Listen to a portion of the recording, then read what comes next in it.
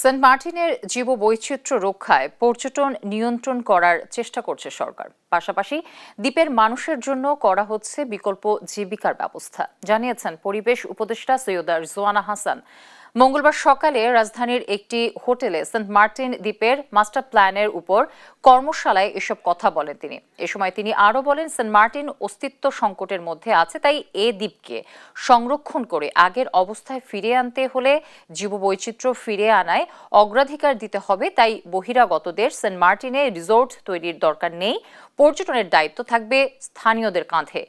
Saint মার্টিনের জীববৈচিত্র্য ফিরিয়ে এনে ভবিষ্যতে দ্বীপটিকে সমৃদ্ধ অবস্থায় ফিরিয়ে আনতে সরকার মাস্টার প্ল্যান করছে বলেও জানান পরিবেশ উপদেষ্টা। শীঘ্রই মাস্টার প্ল্যান চূড়ান্ত করে গেজেট প্রকাশের আশ্বাস উপদেষ্টার। দ্বীপটাকে সংরক্ষণ করা, এই দ্বীপটাকে আগের অবস্থায় ফিরিয়ে আনা, একই সাথে এই দ্বীপে যারা বসবাসকারী আছেন তাদের জন্য সুযোগ সৃষ্টি করা।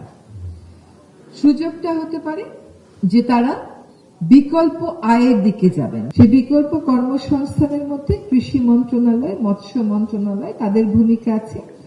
তেমনি ভাবে হস্তশিল্প তৈরির ব্যাপার আছে, শুটকি করে বিক্রির ব্যাপার আছে, মাছ ধরার ব্যাপার আছে, এমনকি ট্যুরিজম ইজ অ্যান অপশন।